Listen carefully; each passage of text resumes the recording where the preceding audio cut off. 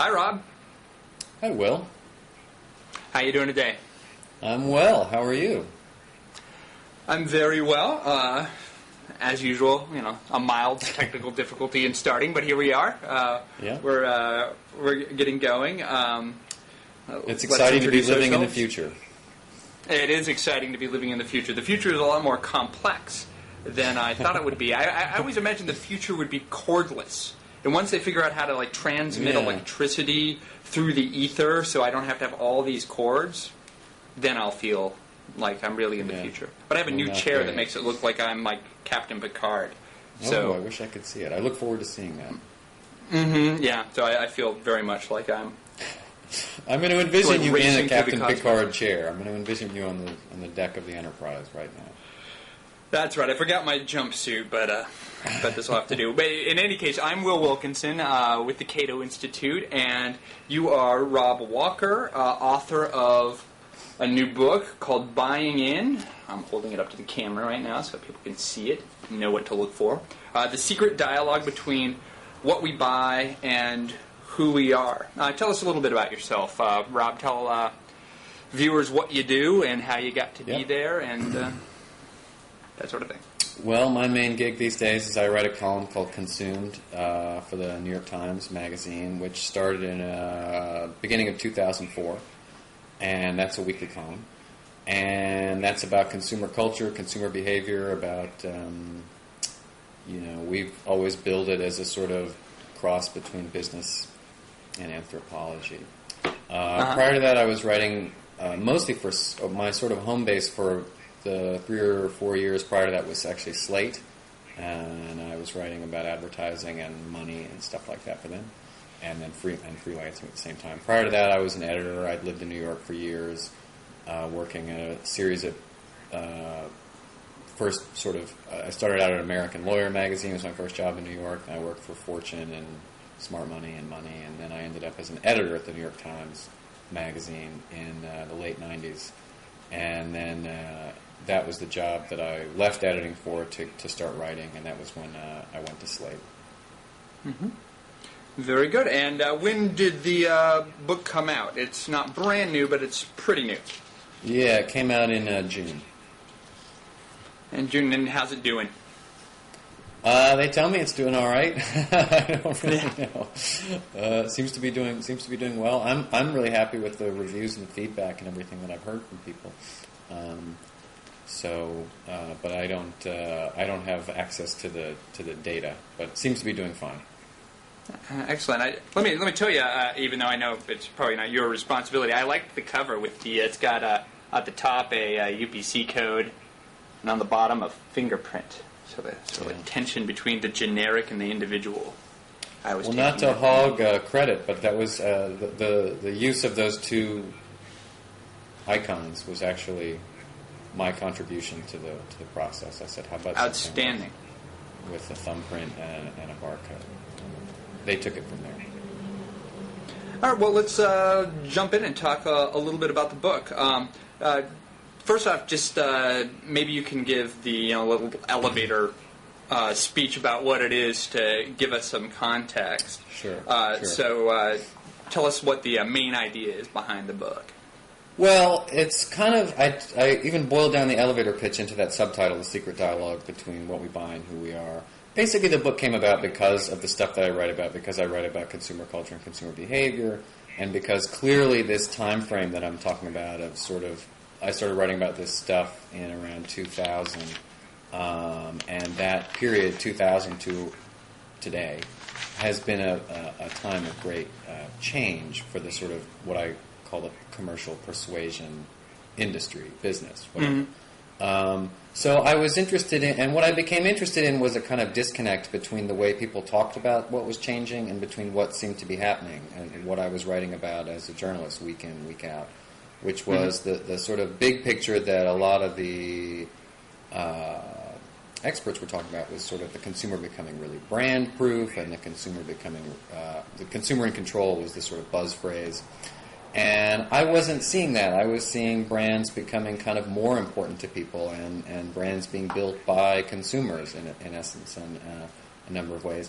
And I wrote the book because I thought it would be interesting, and from a consumer point of view, to sort of pull back the curtain on how the business of commercial persuasion has changed and is changing, and then also how that dialogue that I'm talking about between what we buy and who we are could change going forward. And I hope that the payoff to the book to the reader is that they'll be a little smarter about the process in the end and be able to consume in ways that they find more satisfying. Now, tell me a little bit more about this idea that there is, like a new consumer who isn't just going to be, brainwashed by advertisements for Tide. That brands had become less of an issue, and that people were sort of undermining the branding, really just buying things on the basis of what they really wanted, sort of independent of the marketing and the sort of advertising efforts. Tell us a little bit about that idea and why you were finding that unpersuasive. Well, there's the evidence that people will bring forth on that is pretty straightforward. There'll be surveys saying, do you dislike or do you believe in what you see in commercials? People will overwhelmingly say no, and so on and so forth. What I think crystallized it for people and was significant, though, was the arrival, in particular, I sort of talk about this number of click-based technologies, but in particular TiVo arriving on the scene and being this really clear, indisputable piece of evidence that consumers can zap past ads. And oh my God, what does that mean? And it means that consumers now have all of this power. Which, there's obvious truth to that. But the people in the marketing business, are not fools. And they did not respond to the arrival of TiVo on the scene by calling their clients and saying, bad news that consumers can zap past these 30-second ads. I'm sorry, we won't be able to do any more work for you, and that's it. It became, I argue that or I have said a number of times that it's, I think, was the biggest sort of creative spark to that industry that it's had since probably the early 60s, because it forced marketers to get at us in different kinds of ways that couldn't be clicked past, ways that we couldn't avoid. And that's a lot of what the book is about, is the answers that they came up with. And they're, again, not dumb people. They came up with some very clever answers. Well, the book is chock full of lots of good examples, and we'll get to some of those. But so you set up the book with a couple of key ideas, and let's talk a bit about those. What you have an idea called the desire code. What's the desire code? Yeah.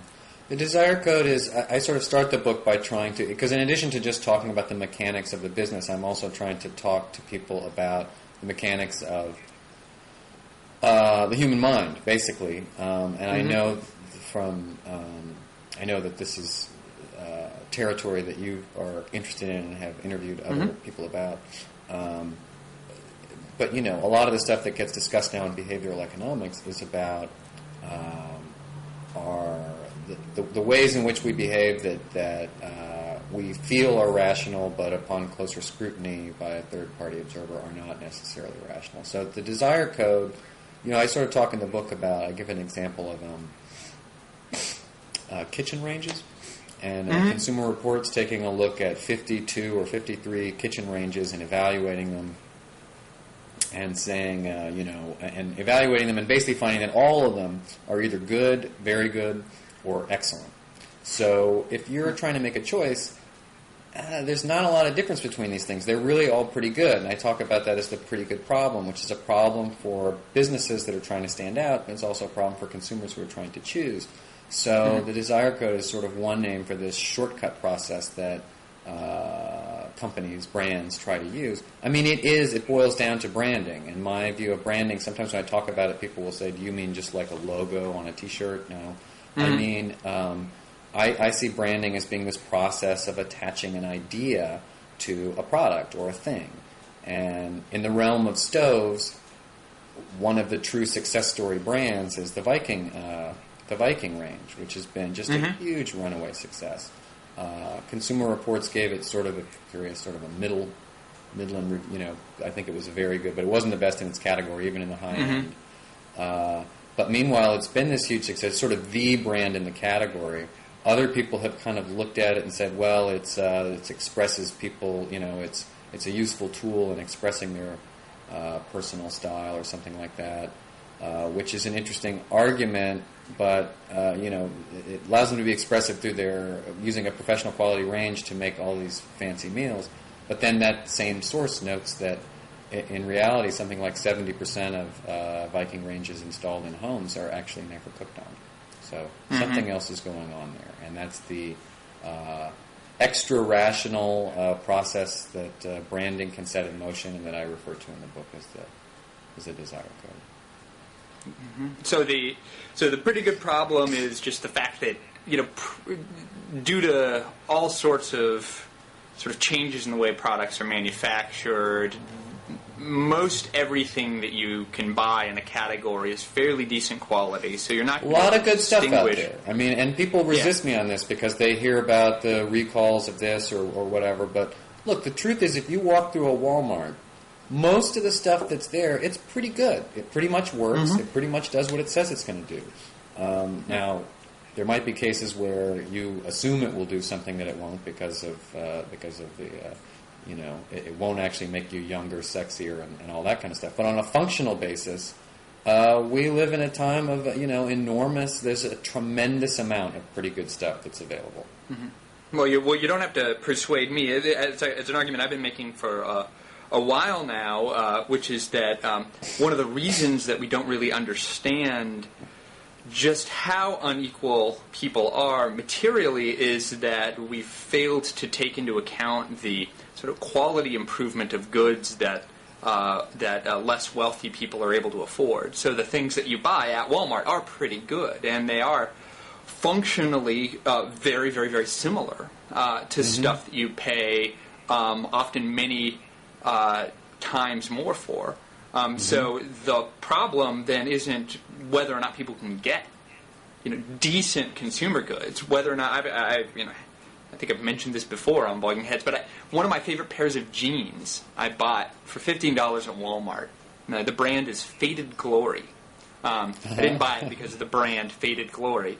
I bought it because I had gone on a trip to Omaha, I think is where I got them. And it was a little colder than I was expecting, and I needed a pair of jeans. And, and just here's the cheapest pair of jeans that I could find that looked good. And I ended up wearing them out. I ended up wearing them a long time. And there was nothing really about the Faded Glory jeans that, like, just looking at them, you wouldn't know that they weren't a $100 pair of jeans. I find a true denim aficionado might well know, but I wouldn't. Yeah. So there's a question about when people are consuming, then what are they consuming? I'm not just consuming the quality of the... I mean, when you start talking about, like, if you become, like, a real denim aficionado, I mean, what does that mean, right? I mean, like well, why would you be a denim aficionado? What are you getting out of that, right? Well, interestingly, I had a conversation with someone about. I don't talk that much about denim in the book, but it's an interesting. It's a really interesting category, actually, because of how it's changed in the last 10 years, and partly as a result of what we're talking about. Because, I don't want to downplay the idea that there can be, another way to solve the pretty good problem is to just have a much better product. There's no question that that's true, and that if you do that, that's real, and people aren't idiots, and they'll recognize it. But in the denim world, things changed really radically in the last 10 years, and consumers were really kind of willing to go along with this idea that there was such a thing as premium denim. And it wasn't just the sort of designer denim that we saw like in the 80s, which was basically the same stuff with Gloria Vanderbilt's name on it.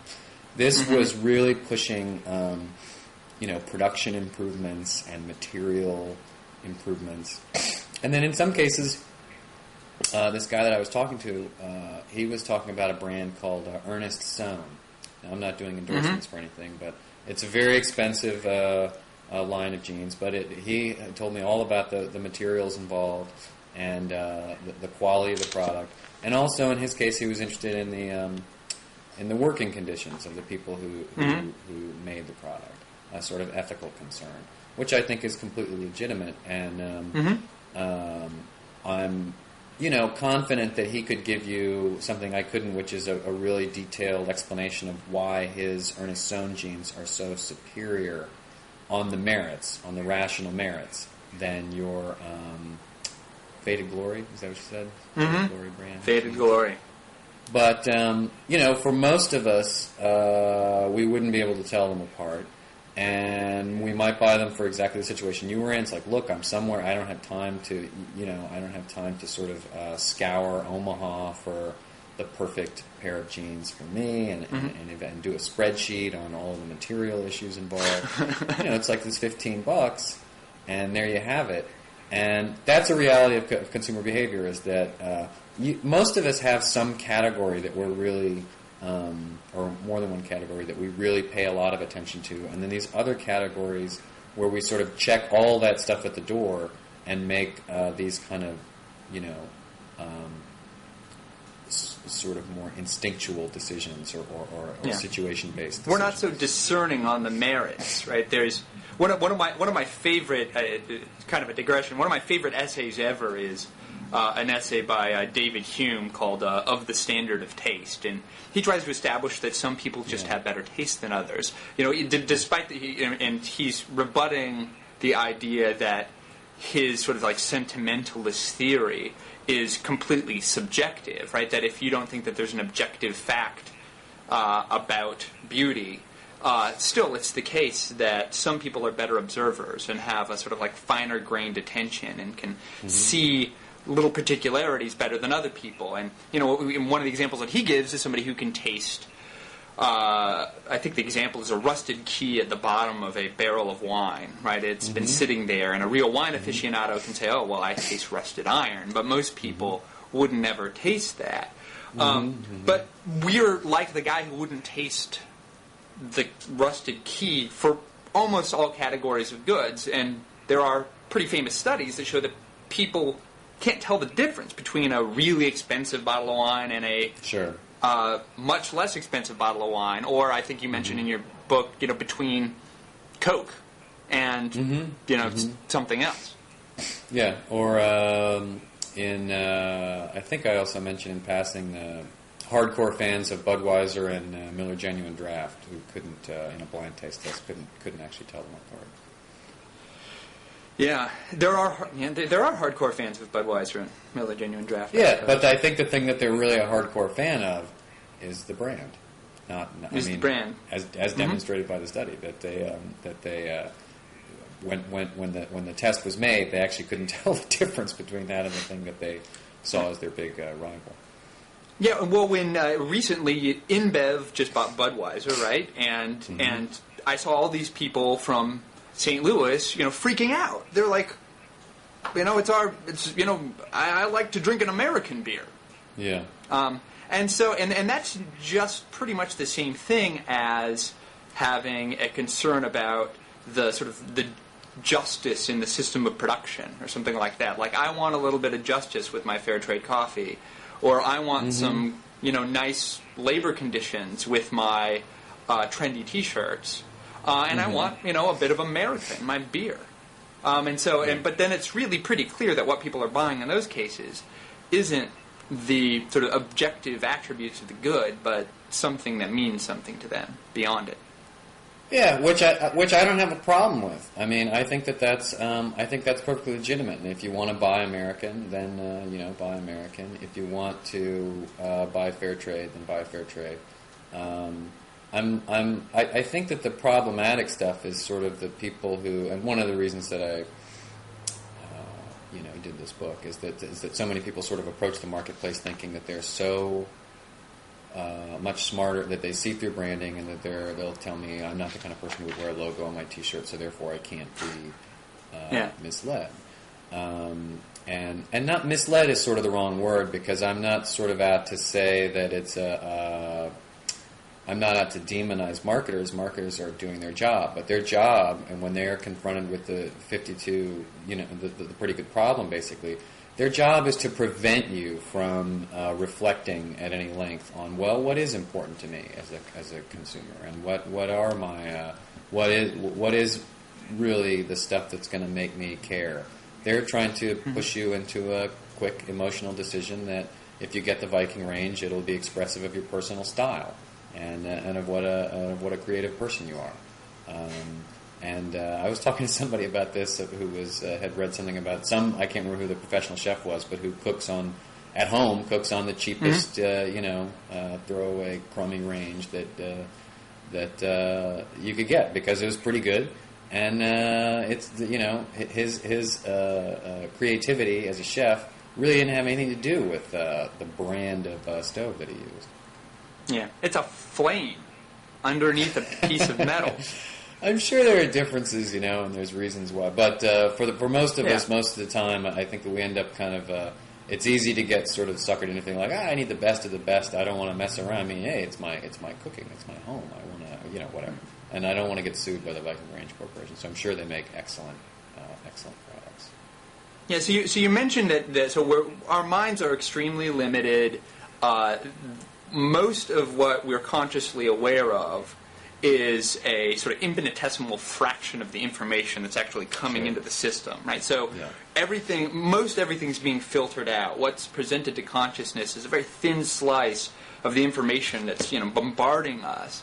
And the information that we do get, we have to put in some sort of order. We have to make sense of it in a particular way. So you advert to the work of Michael Gazzaniga, I think is how you say it.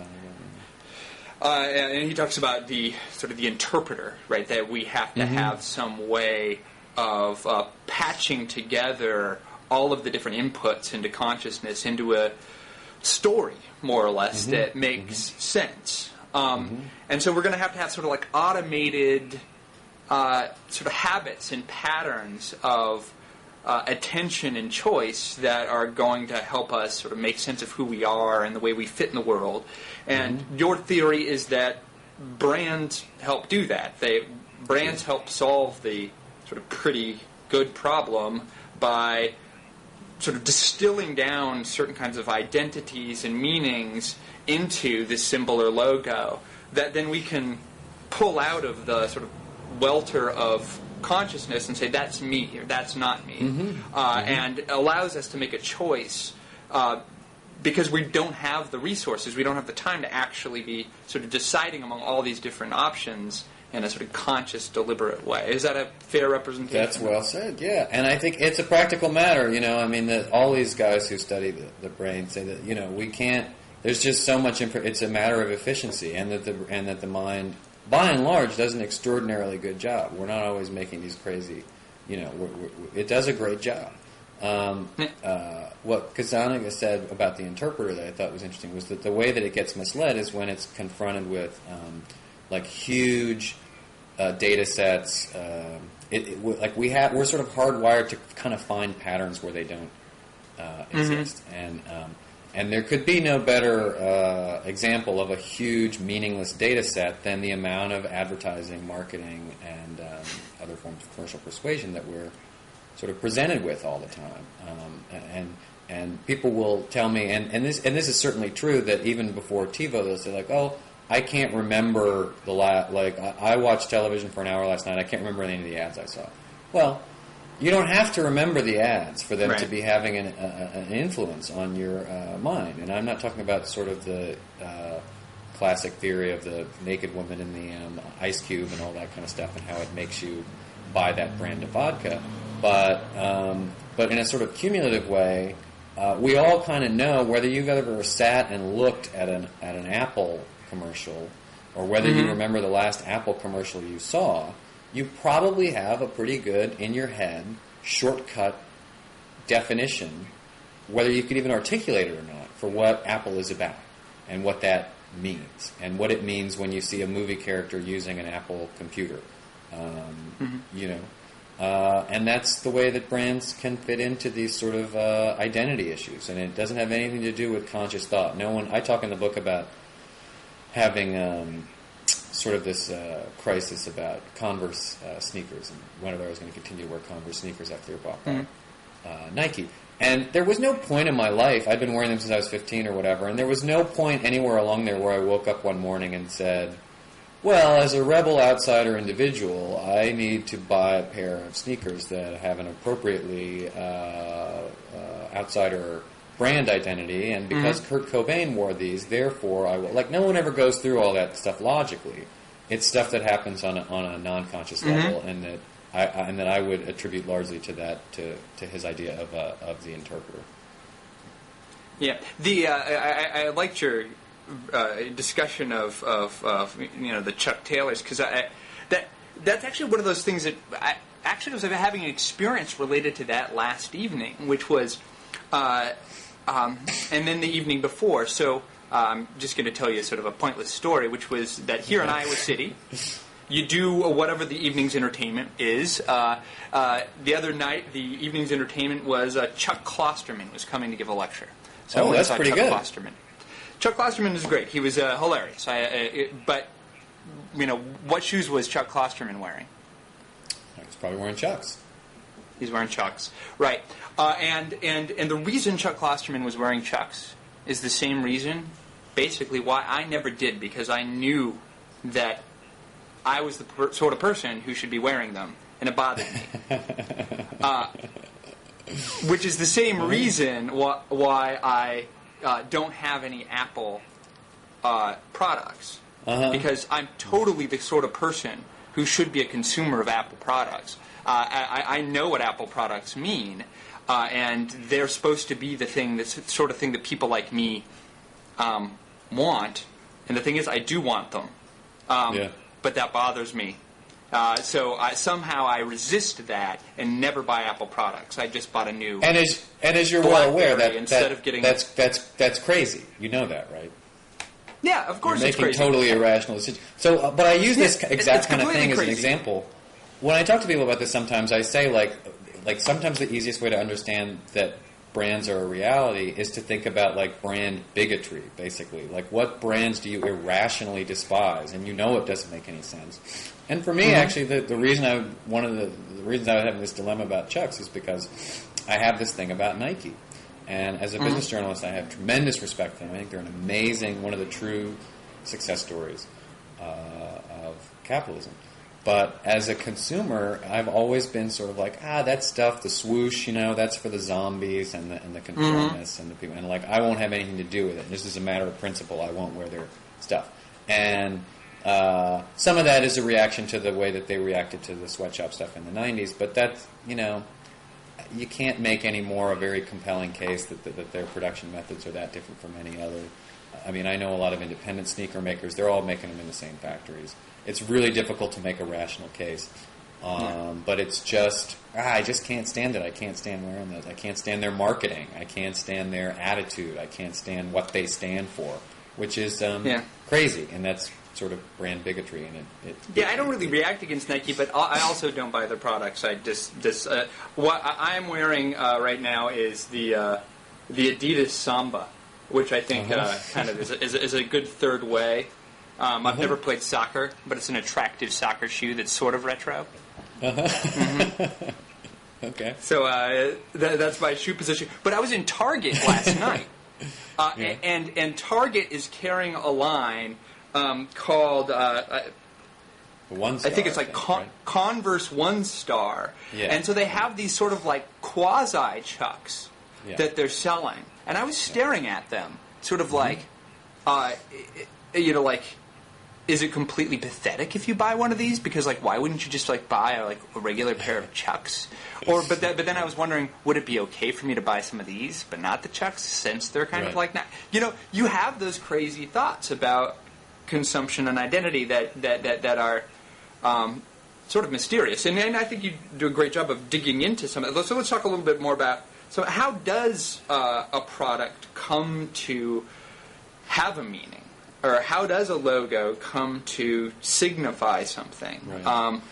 And often it's not what the person who was creating the product had in mind. How does it happen? Absolutely, yeah. No, and I think that it's, so I say dialogue in the subtitle because I do think it's crucial to understand that it never happens. It's never a one-way process. And really, truly, it never was. There are really no examples. There are no examples of products that have been successful or brands that have been successful without being embraced by a lot of consumers. I mean, that's fairly straightforward. Mm-hmm. So the way that the kind of meaning gets determined is always in a combination of it can be what the company says about itself. It can be how people react to it.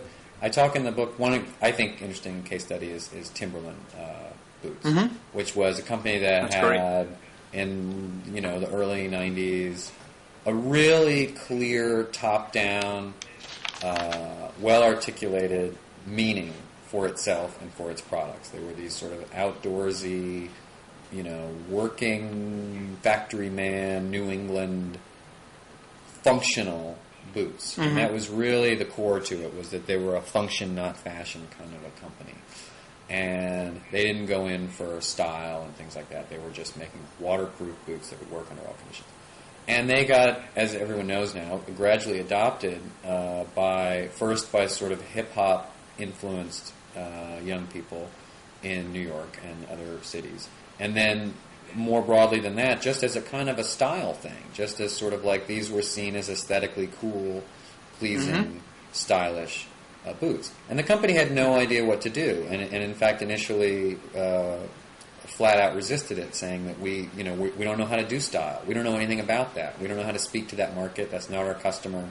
And we'll sell them boots, but we're not gonna do anything to attract that crowd. And they got into a little bit of trouble about the way that it was reported at the time.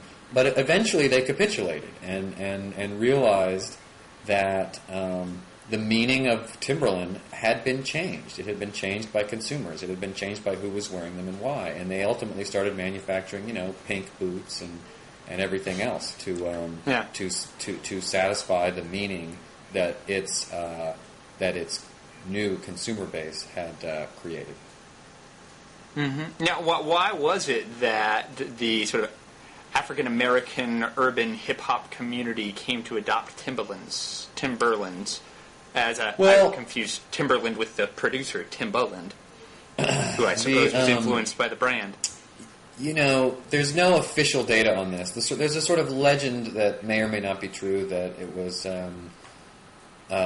originally. I mean, the Timberland boots, while designed for factory floors and the outdoors, also hold up well to the urban environment, to stepping on glass, to stepping on wire, to stepping on things like that. There is a rumor that the original adopters of them were actually drug dealers who were going to be standing on the street all night and needed to, in northern cities, and needed to be able to have waterproof boots for standing in the snow and rain night after night.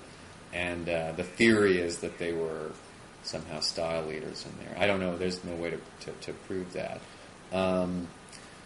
What is known is that it became, once it became associated with hip-hop artists, then it's pretty straightforward from there because they show up in videos, they show up in magazine mm-hmm. pictures and things like that, and hip-hop artists have been style setters now for 20-some years. Just almost any style that those guys adopt and gals adopt echoes out into the broader marketplace and echoes out into the suburbs, and so then you have some 14-year-old white kid waiting for the bus or whatever it is in a pristine suburban environment, and he wants to be, he wants to sort of signify his through style, wants to signify his sort of association with or identification with whatever his favorite hip hop artist is, and so he's standing there in Timberland boots. And they got adopted also by the high fashion world. Manolo Blahnik made a pair of shoes that were sort of a riff on the Timberland style. And they're kind of amazing mm-hmm.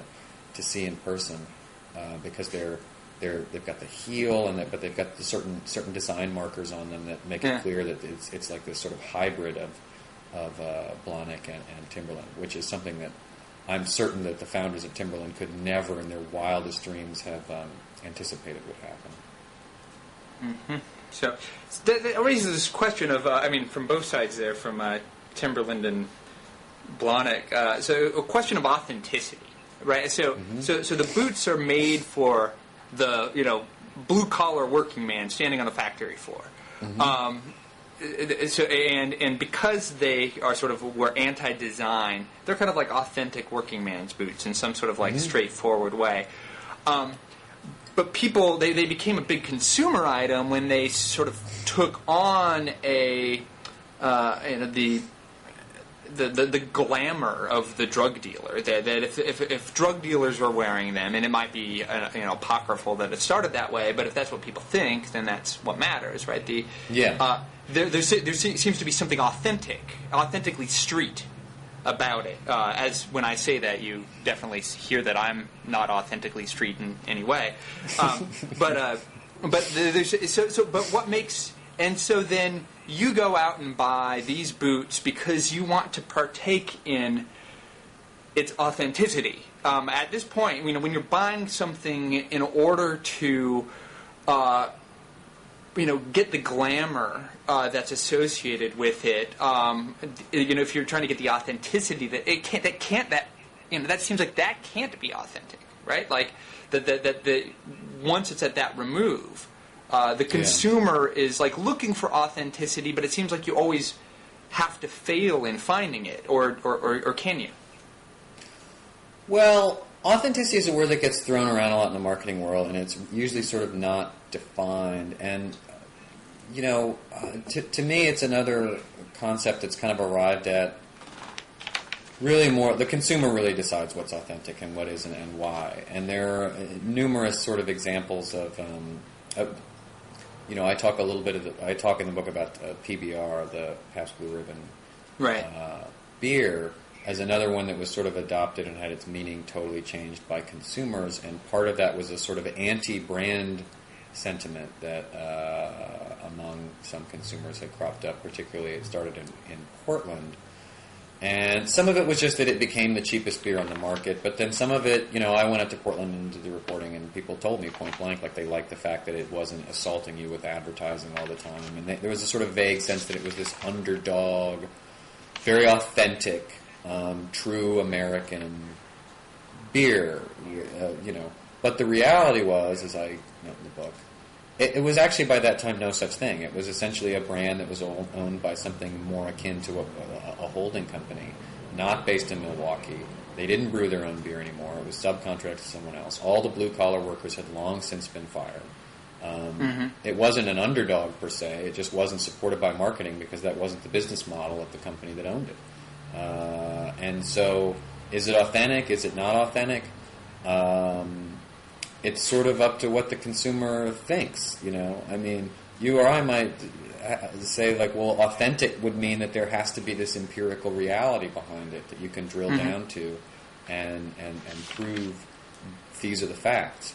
But that's a pretty slippery thing, whether you're talking about Red Bull and what taurine really is, or whether you're talking about another brand in the book. The whole book's certainly not about hip-hop brands, but Echo Unlimited. Very successful. What is taurine? What is taurine? I believe that it's a naturally produced bile in humans, and an amino acid, an amino acid produced in human and animal bile. I believe. So it makes me feel miserable. Generally. Well, it probably. I don't know that it. Maybe it does. Or something it might not make you feel energy anything. Drinks do. Yeah. Really? Like energy drinks really tweak me out, man. I don't know if it's like all the B vitamins or the the taurine or the ginkgo biloba or the what's the Brazilian thing? It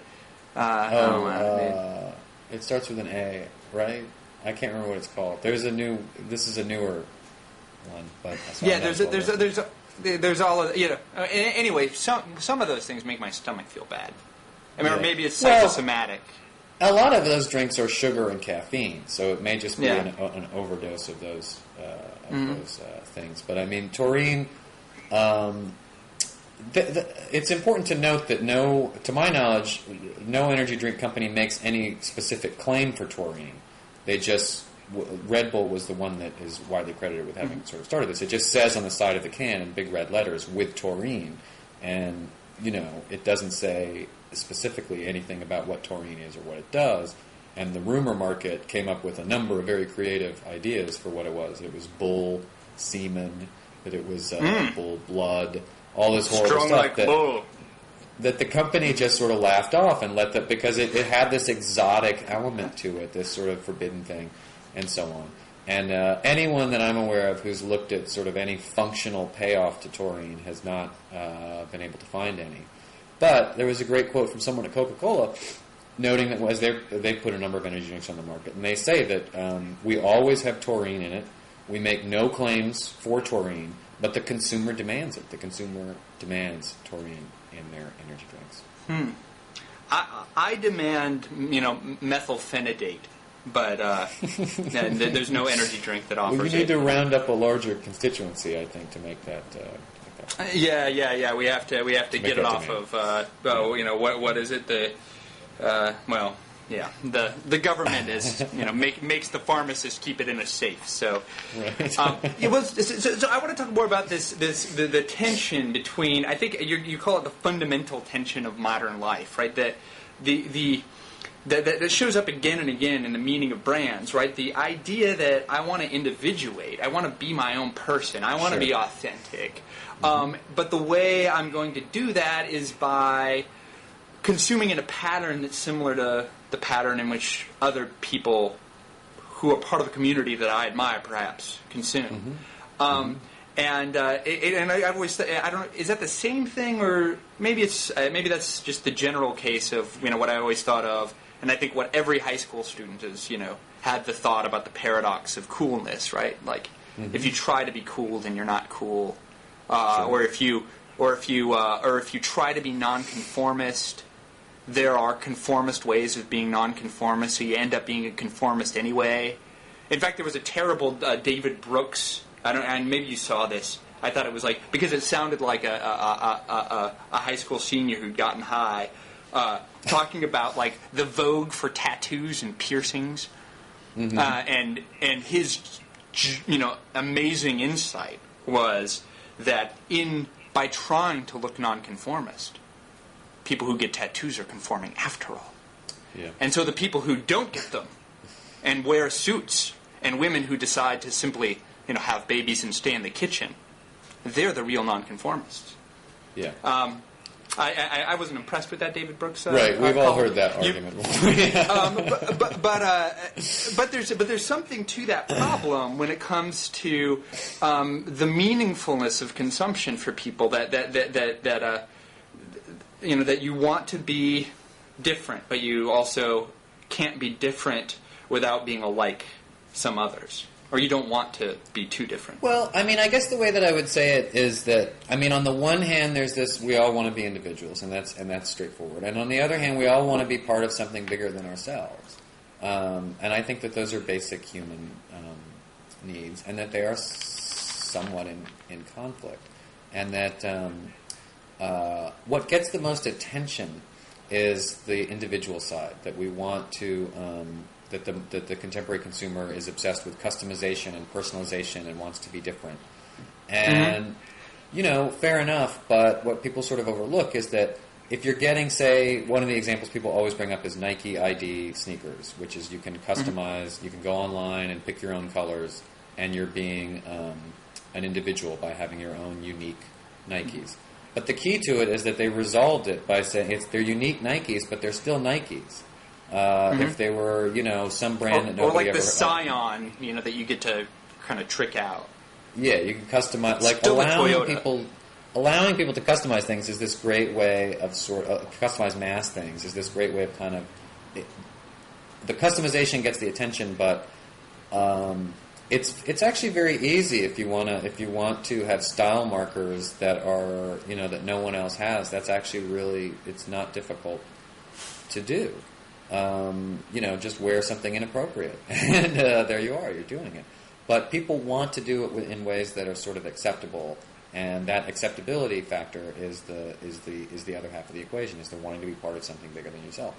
And one of the products that is an amazing example of this to me is actually the iPod, because again, people talk over and over about how it's very personal and it's very You have your own soundtrack. You can carry it with you everywhere you go, and it very much speaks to our need for individuality. Well, every MP3 player does that. Why is it that this one happens to have 70+% of the market even now? And it's because people want to get the one that people have.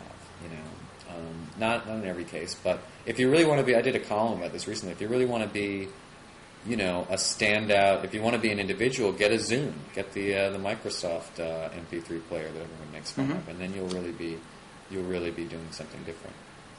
I have a Sansa. Not familiar with that. Yeah, see? I'm that individual. I forgot you're anti-Apple. But it's because I refuse to have an iPod, just like I refuse to have an iPhone. BlackBerry's more my speed, partly because, it looks kind of nice, but I don't know. I think I'm sort of like ostentatiously not having Apple products. There's a whole big literature about signaling, right? So, and a lot of what people are doing when they're consuming is obviously signaling. One of the things you brought up was these sort of Lance Armstrong Livestrong bracelets, right, which are products that have no function whatsoever other than, I suppose, signaling, right? I mean, if you wanted to donate to the cause of prostate cancer, whatever it was for, you could do that without wearing if you've got $1 to bracelet. give the whole $1 to the charity. Yeah, and you could just throw the rubber band in a wastebasket. But people were wearing those, and people were wearing all sorts of things, and people wear little ribbons. So that's consumption that's just pure signaling. But here's what I would say about that, though, is that I don't think of signaling quite the way that it generally gets talked about. In that I think a lot of that kind of signaling is really more self-signaling and has much more to do with that interpreter idea we were talking about earlier. Right. I don't know that people really anymore. I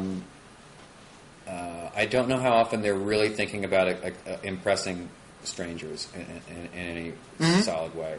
I think that what you're really trying to do is tell yourself a coherent story about yourself, and that stuff is much more important. And I think that that's in line with the reality of the marketplace today, because it is a fact that the marketplace, every marketplace, because of this pretty good problem, is very fractured now. And you walk down the street, and even people who are paid to be trend watchers for a living have trouble telling, well, is that person really out of style, or are they maybe somehow doing something that's so out of style that it's the next thing? It's very difficult to throw signals now. We don't live in the hierarchical world of Veblen, where it's really clear that this walking stick sends this message that everyone understands. You could have someone walking down the street with a $2,000, literally like $1,000 pair of limited edition sneakers on, and 99.9% of the people around them have no idea what that signal is, and will never know. And that doesn't matter, because the person who is really that guy or woman is most interested in sending the signal to is him or herself. At least that's my theory on a lot of our consumer behavior. Yeah, I agree with you. I think once you get your head around the idea that our minds are so limited, then and there's also this a literature that fascinates me about the extent to which cognition isn't internal, the way we need external props in order to think at all. And that a lot of what we think of as sort of like distinctively modern forms of rationality have to do with the way we interact with technologies and things like that. But I think the same stuff goes with, it has to do with personal identity as well, that we really just don't have that, clear of access introspectively to who we really are. And in order to sort of nail down our sense of personality and personhood, we kind of have to surround ourselves with things that that are external to us, that symbolize us to ourselves what we are, because we wouldn't be able to keep track of it internally. And I like you give that example of what was the brand, Method soap. Yeah. Or just this kind of groovy, nicely designed looking, series of cleaning products. That's not going to be like your classic Veblen signaling, because people might not ever go inside your guest bedroom bathroom. Right. Right.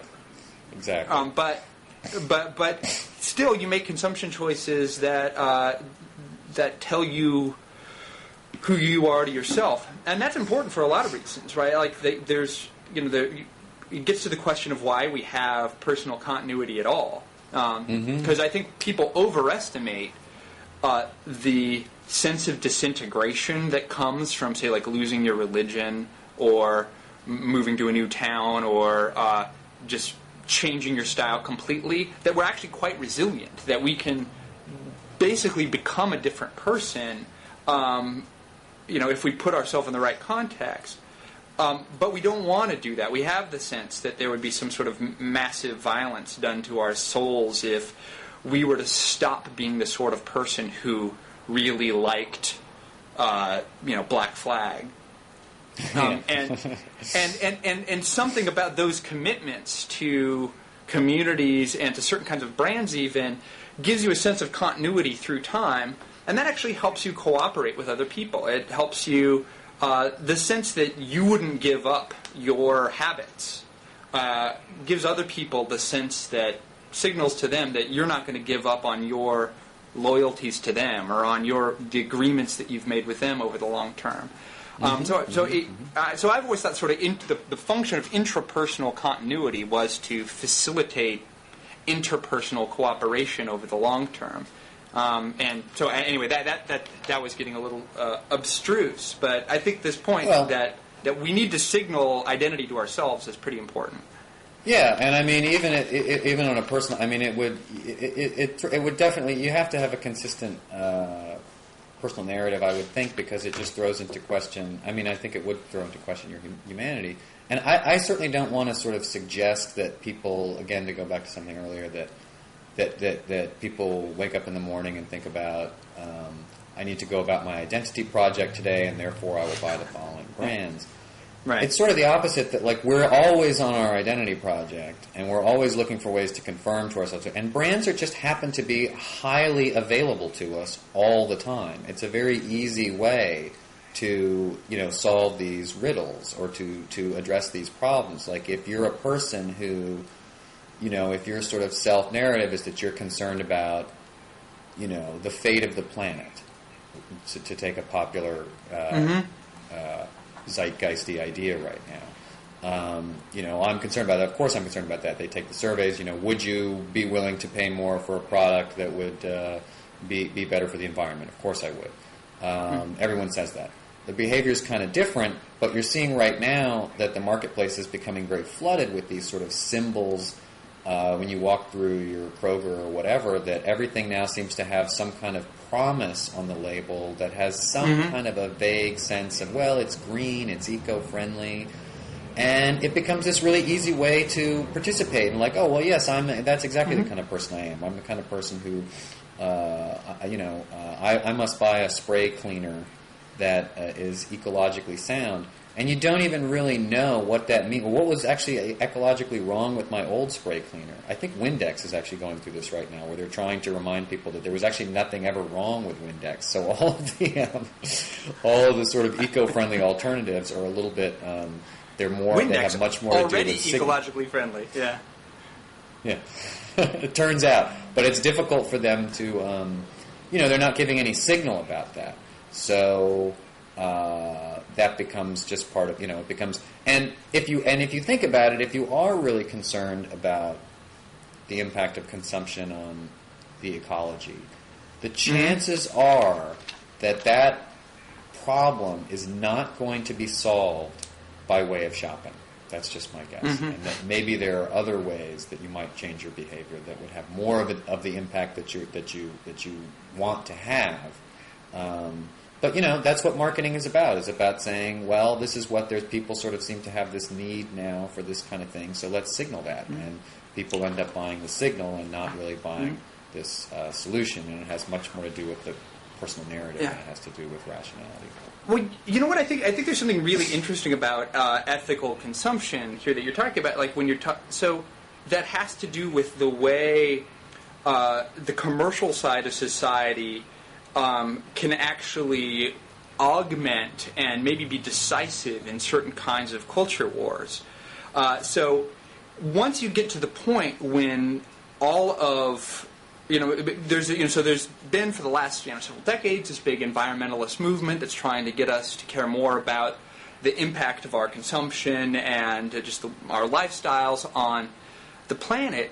Once you get Procter and Gamble marketing their products on the basis of the values that you've been trying to inculcate in the population, that's going to have a huge amplifier effect, right? Mm-hmm. Once all of the ads of every product is about how environmentally friendly it is, then all of a sudden people who'd never heard of or somehow steered clear of all this sort of environmental awareness stuff are going to get it everywhere they turn when they look at advertising.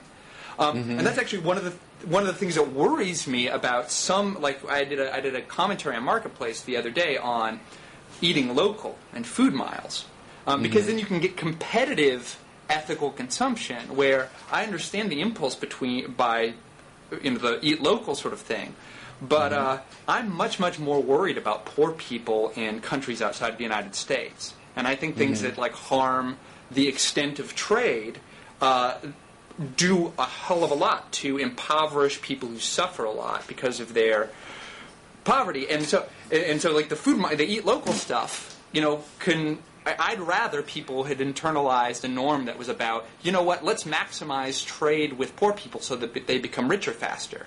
But that's not the way it's gone. And so because it went the way that it went, in order for me to make my sort of free trade point, humanitarian free trade point, you end up having to argue against every sort of marketing agency in the world.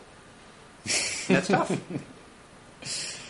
Well, I don't know that much about the food miles stuff, but I guess that the way that I see it is that, I don't have a problem with.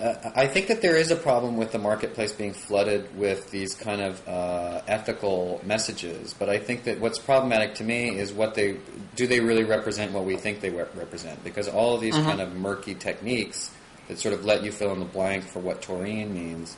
That's sort of goofy and sort of harmless. But if you're filling in the blank on what does eco-friendly mean, and I guess it just means whatever I think it means, then you're not really making the purchase decision that you want to make. And I sort of think people should, people should be able to make what decisions that they want to make. But the marketplace isn't really the marketplace of sort of commercial symbols isn't really geared toward that. It's geared toward getting people to make the decision that the company wants them to make. So is Procter & Gamble has Procter & Gamble massively changed its production practices? I don't think so. And the Unilever, I guess, or Clorox has this Greenworks line. This is the more typical response is to say there is this sort of niche consumer out there that really cares about this stuff. So therefore, we will put out the eco-friendly window cleaner or whatever for that 6% of the market, and we'll mark that up because they'll pay. We'll mark it up and we'll mark it up again because they'll pay more and they'll pay more. So some of the markup is legitimate, and some of the market is just like, well, they'll pay more. Meanwhile, we're not actually changing any of the things over here that we're doing that everyone supposedly objects to. So you're serving a portion of the market, but you're not making any particular substantive change. So if you're a consumer who believes that the toxic chemicals shouldn't be used in this thing, just buying a bottle of the eco-friendly window cleaner and moving on, I think it's debatable whether you're really achieving your stated goal. Yeah, it can be a kind of opiate to the masses that, I feel like I've done enough. Yeah, I think you're doing something that's sort of consistent with your personal narrative, but I don't know that you're doing something that's really, or that feels consistent with it. It sort of reinforces your personal narrative, but I don't know that it's having the real effect that you want. And that's not because people are idiots. It's because people are, they're busy and the marketplace is confusing. And as we discussed earlier, we can only process so much information at one time. And there's a tremendous amount of messaging out there that's trying to short-circuit our thinking and just have us use these shortcuts, not for nefarious reasons, but because that's the way the marketplace works. And it gets more and more that way. The more messages we're exposed to, the harder those message makers have to work to make us make our decisions faster and with less reflection. And that may just not be what we really want to do as consumers. Yeah, well, we're starting to run out of time. I want to ask you one more question that might be a little bit in-depth, but I'm wondering what you think of sort of critics of consumer culture, people like Naomi Klein or Benjamin Barber, who think that we've become too materialist, that that branding, advertising, marketing sort of distracts us from the kind of public, sort of democratic social life and political life that we would have. Do you think that they misunderstand what marketing and branding is about, or do you think their critique has teeth? Well, I don't know Benjamin Barber's work. Naomi Klein, I think, is actually, I think No Logo is a very good book, and it's a more thoughtful book than sometimes it's given credit for. I think that those kind of critiques have a role, and I think that that's useful. What I did toward the end of this book is, instead of bringing those people out, I used critiques made by Rick Warren, because like many serious religious thinkers, he's said many of the exact same things, that we spend too much time worried about material culture.